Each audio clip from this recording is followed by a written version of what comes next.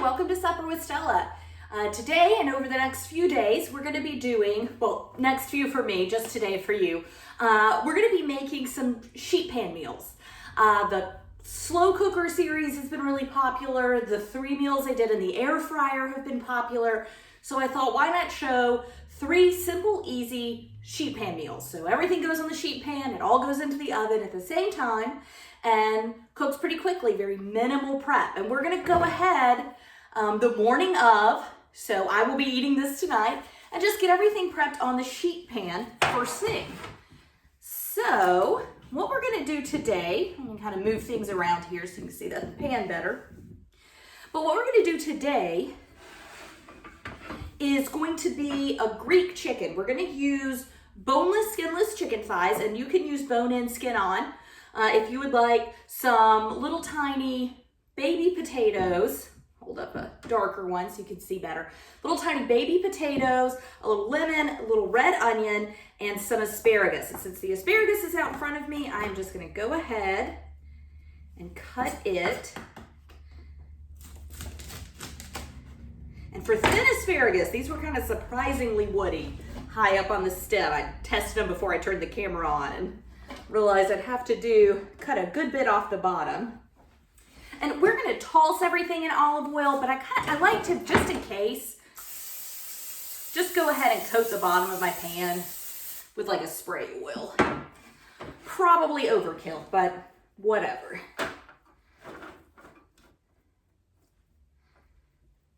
Now, something skinny like this does not have to be in a single layer. The rest of our vegetables we are going to want to put in a single layer. And so I am just going to go through and have these little baby potatoes. And you do have to either use these baby potatoes and have them, or you could use larger potatoes and just cut them into small pieces. But if you do not cut them down small, they are not going to cook through. And with this method, your asparagus is going to be a little crispy. If you don't like that, you could just put the asparagus on later or do it on a different pan.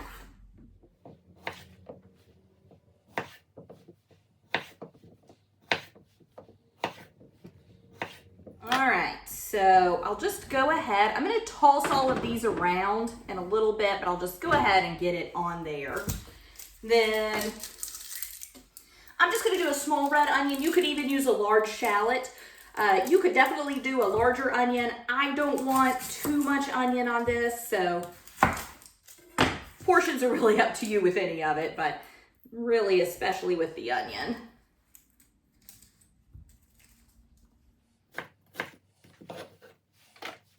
And the onion and potato, I will mix those in together. The asparagus will just kind of stay on its own. And then just a few slices of lemon. Washed that, left the sticker on.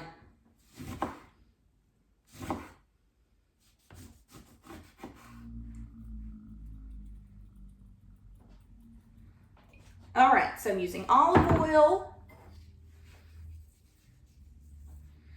salt, and actually, I'm gonna go ahead and just salt this side of my chicken, since I don't have to touch it to do that. Pepper.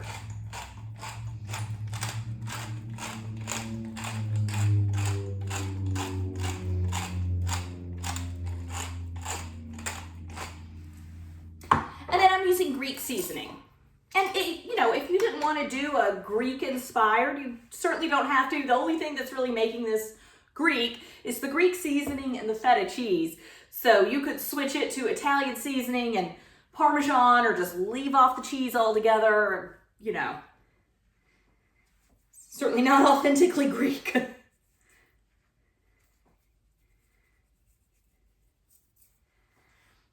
Okay, so now I'm gonna just mix these up. And just kind of mix around my potatoes and my onions. And then one thing we're gonna do, slide these over. One thing you want to make sure you do with these potatoes is get them all uniformly facing cut side down. That is going to do 2 things. Number one, since we're assembling this in the morning, this does not need to marinate. You definitely could assemble this and put it straight into the oven.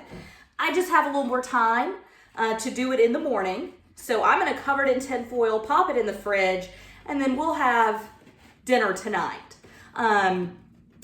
So if you're doing it ahead of time, putting the potatoes cut side down will help keep the potatoes from browning. Although once they cook, you wouldn't notice that too much anyway, but still.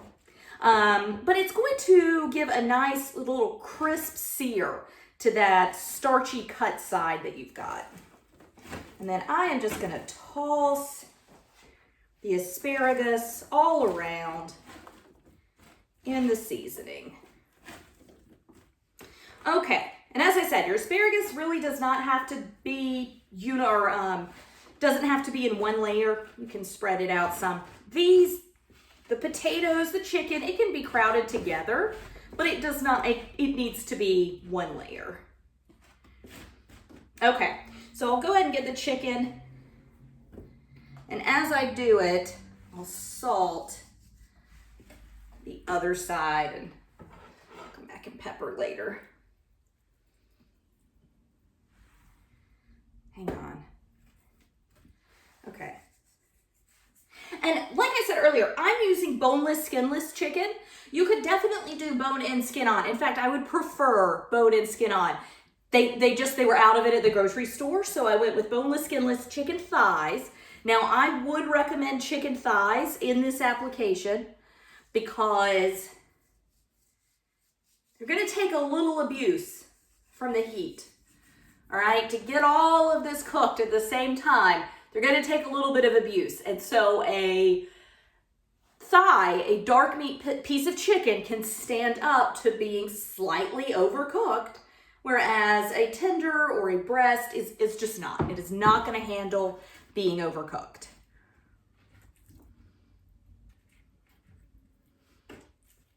The tender or breast will just dry out a lot if overcooked.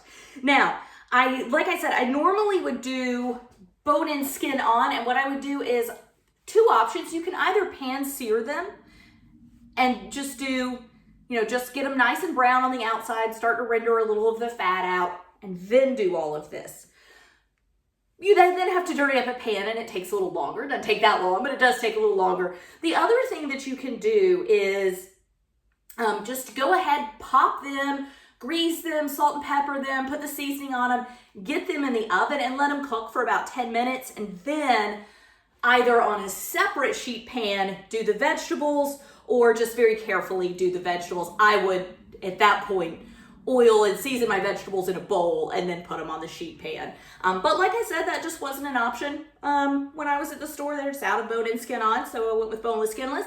I'm gonna get washed up and then I'll season the rest of this.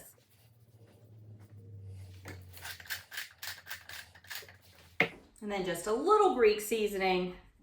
And my Greek seasoning does not have salt in it, so if yours has salt in it, you may wanna cut back on how much salt.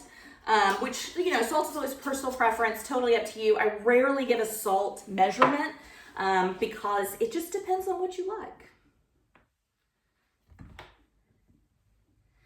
think the lemon and asparagus is really good. And I am just using, as I said, bone and skin on would be my first choice in chicken, but boneless, skinless was the option that I had to go with, which is fine. And the package, they were sold, usually the grocery store has, it's either 4 bone and skin on thighs or boneless, skinless thighs, but it's always, 8, it's always 8 per package. And then they were just out of a lot of things, and they had like a different brand that only did 6 per package. Well, it's just 2 of us eating. We definitely do not need to eat 6 per meal, so I'm just doing 3. This is definitely more vegetables than we will be eating tonight. They're gonna shrink down a good bit, but this will probably serve us for dinner and probably lunch tomorrow as well.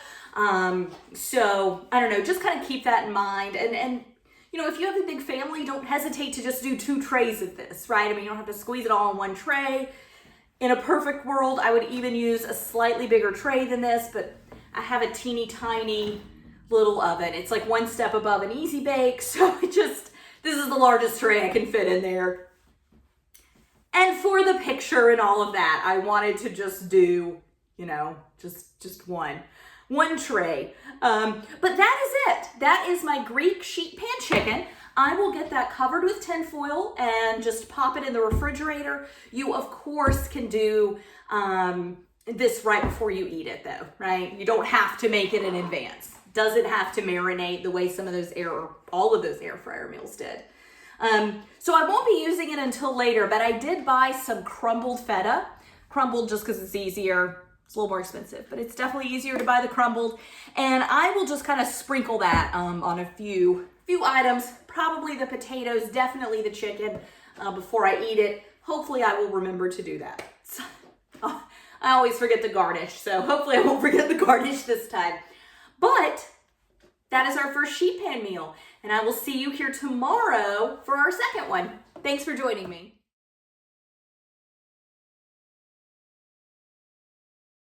Hi, welcome back to Supper with Stella.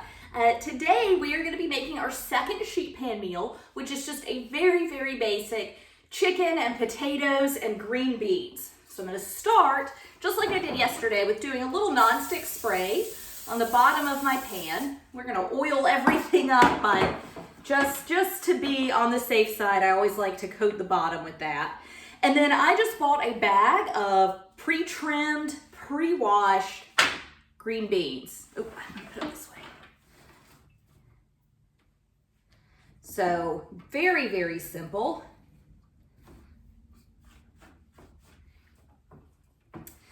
We're going to have potatoes again, and just like yesterday, we are using these little baby potatoes. You do need to cut them in half though. If you don't cut them in half, they're not going to cook up. They will still be crunchy when everything else is done. And we're using boneless, skinless thighs. Just like with yesterday, I would have preferred to have used bone-in, skin on, and I would oil them, salt and pepper them, season them, get them started in the oven, and then I would just add the rest of this to the tray after 10 minutes or so. But my grocery store was just out of boneless or bone-in, skin on, and so they only had these packs of 6 boneless, skinless. So I'm using 3 today, used 3 yesterday. Probably would normally do 4. I don't do sheet pan meals that often, but perfect scenario, I would have done 4, so it would have given us leftovers. Still gonna have leftovers for lunch or something, but or down a thigh. All right, so I'm gonna go ahead, get my potatoes on the tray.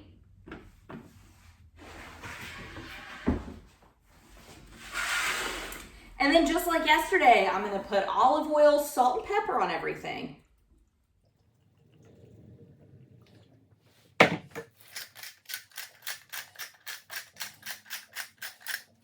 Okay, so I'm just gonna toss everything around.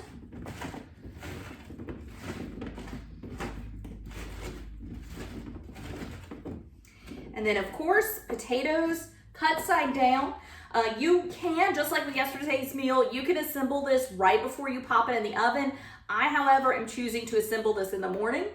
I will take it out of the refrigerator 15 minutes. I'll cover it with tin foil. Take it out of the refrigerator about 15 minutes before I'm ready to cook, just to let it warm up a little. Take the chill off that chicken. And then I will put it in the oven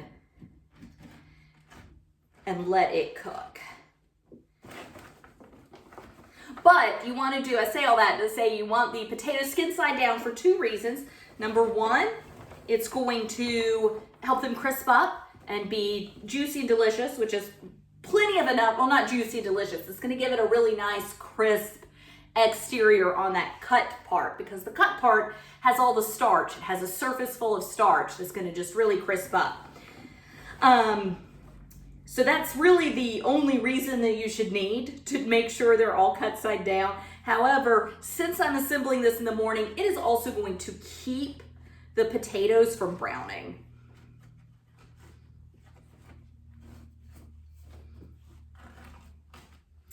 Okay, and these, like I said yesterday, these can be really squished together, but you do want to make sure that something thick like the potato is in a single layer. Now, Green beans don't really need to be in a single layer. They're all right.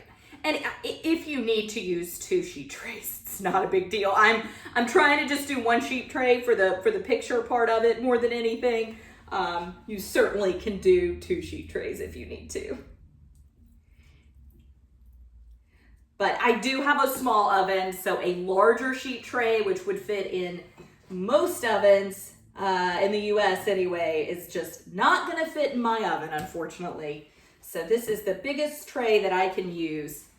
Okay, so with my clean hand, I am just going to salt and put a little olive oil on the bottom of the chicken, and then I am gonna get washed up. Okay, so just want to put a little oil on the top of the chicken, little salt, little pepper.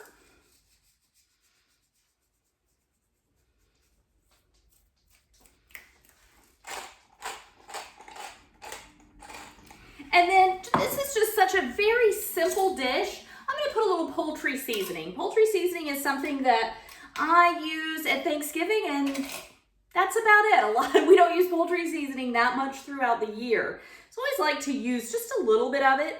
But I do have also like a rotisserie blend and like a dry rub mix. And I think those would be great on this too. Just wanted to use something I don't use that frequently. And I'm just gonna do it on the chicken. You are welcome to do it on everything though. And that is that.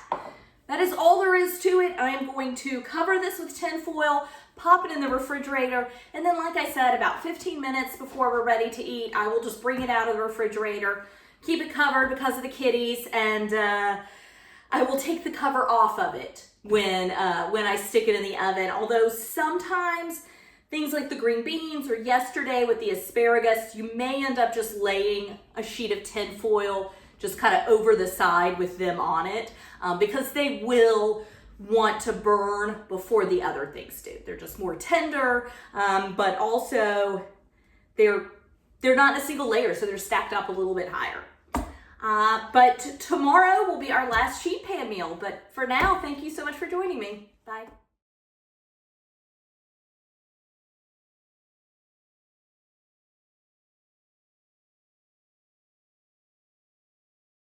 Hi, so today we're gonna start our third sheet pan meal. And so today we're gonna be using, instead of chicken, we'll be using pork chops, these are pork chops, center cut pork chops, some Brussels sprouts, sweet potatoes, and apples. So I'm gonna go ahead, and I've already washed everything off, but I am just gonna go ahead and start trimming up these Brussels sprouts. So I just wanna remove the bottom end, and then I just peel off any of the exterior leaves that just kind of want to fall off.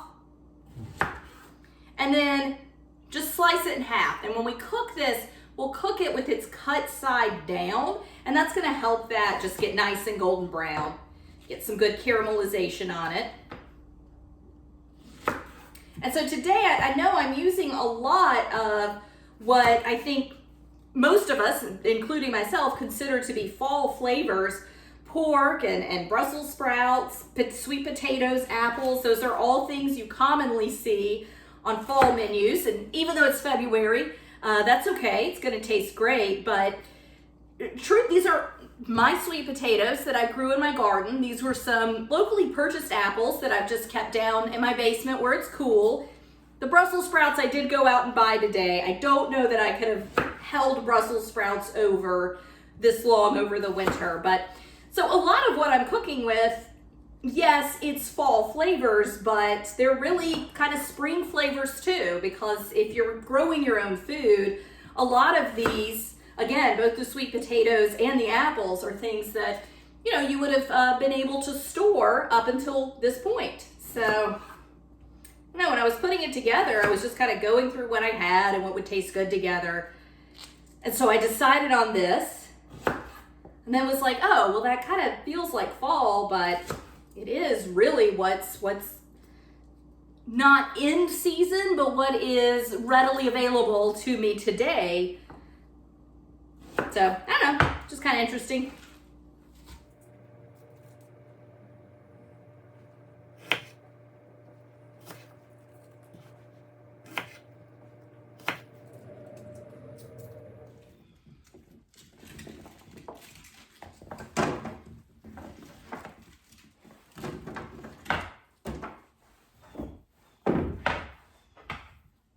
And so for the sweet potatoes, like I said, these are some that I grew in my garden, so I'm very proud of these.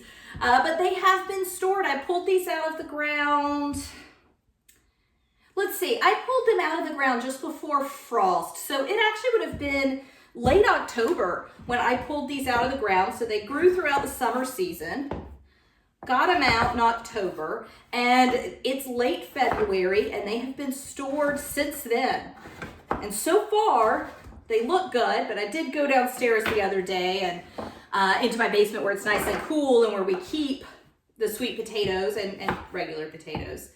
And said, oh, wow, I have a lot more down here than I realized. So it is probably time to get these used up. So gonna be doing a lot of sweet potatoes over the next few weeks because I don't want any of that hard work to go bad.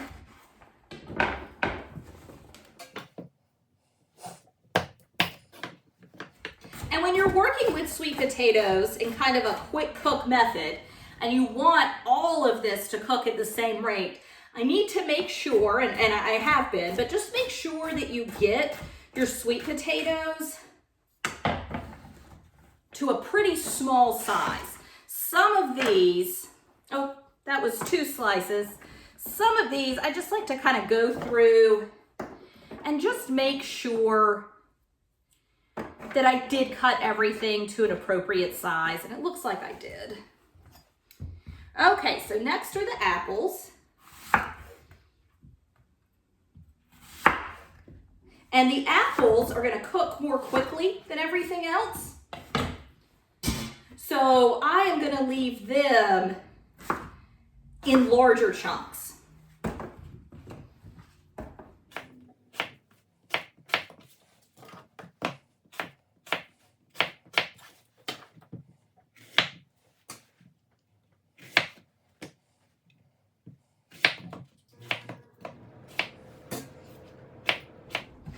Okay, so next thing I want to do is just get everything tossed in some olive oil, salt, pepper,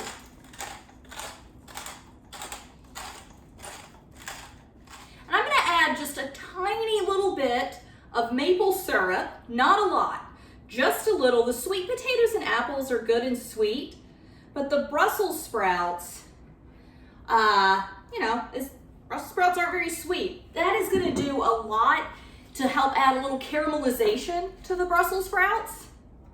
And I figured these are semi-fall flavors, so let's just go with it. And I'm going to sprinkle just a little bit, maybe like half a teaspoon, it's not that much, of apple pie spice. So a blend of spices, predominantly nutmeg in here. You could certainly leave it out. You could use pumpkin pie spice. If you didn't have apple pie spice, you could just use nutmeg. Or, like I said, you could leave it out. You could leave the maple syrup out too. But, like I said, I kind of decided to lean into all those good fall flavors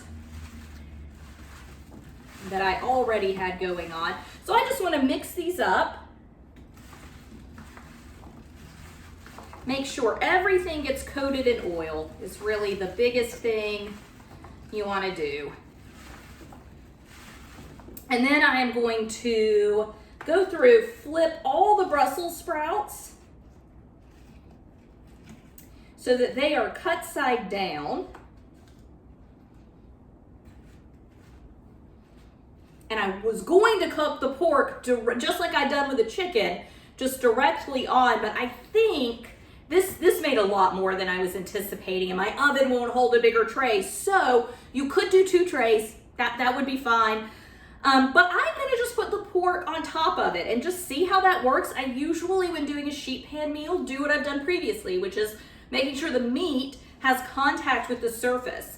But being that I'm using sweet potatoes, which are hard, Brussels sprouts, which are a fairly hard, thick vegetable, I really want those vegetables to get some good caramelization on them.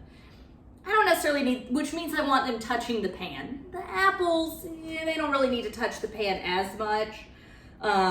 Mostly the Brussels sprouts and most of the sweet potatoes. and I don't know, I just like the look of it all together.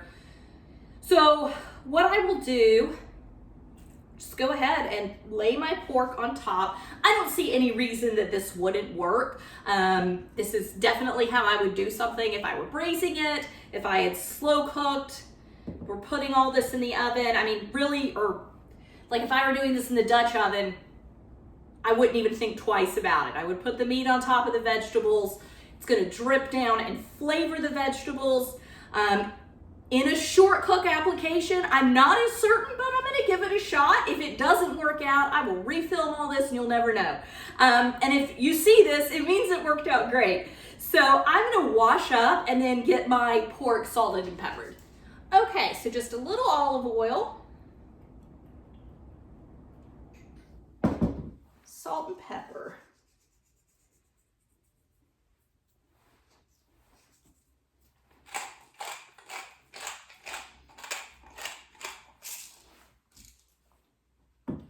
And then just flip them, do it on the other side. Now, it's morning, so I will be eating these later tonight. So I am just gonna cover this in tin foil. Easily something you could make before work. You could throw this together the night before. Just cover it, refrigerate it, and then cook it the next night, whatever works for your schedule. Obviously, it's very quick to throw together. I have been filming for 15 minutes, which includes washing my hands and doing all the vegetables and everything. So basically this takes 15 minutes to throw together, and it's gonna cook for about 20 minutes. Pork only has to come to 145. You know, chicken, you always wanna make sure it comes up to 165. Pork only has to go to 145. However, the sweet potatoes and Brussels sprouts are going to need a little more than that. So I will keep an eye on this and just kind of see how the pork is doing. It is possible I might want to take the pork out and just set it aside covered before the rest of because the vegetables are going to take so long to cook. I'll just keep an eye on things and see how that goes. And of course, I will put that in the recipe so that you know and aren't having to guess when you're cooking this. But that is it. So 3 sheet pan meals. I did, let's see, chicken, potatoes, and green beans. I did like a Greek chicken, and now an autumn pork sheet pan meal. So 3 really simple meals to throw together and have a delicious dinner. Thank you so much for joining me.